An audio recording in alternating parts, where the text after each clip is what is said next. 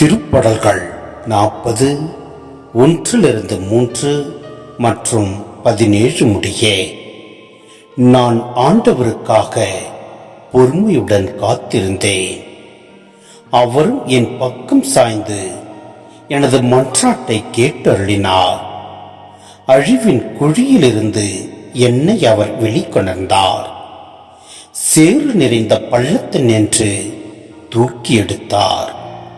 கற்பாறையின் மேல் நான் காலூன்றி நிற்க செய்தார். என் காலடிகளை உறுதிப்படுத்தினார்.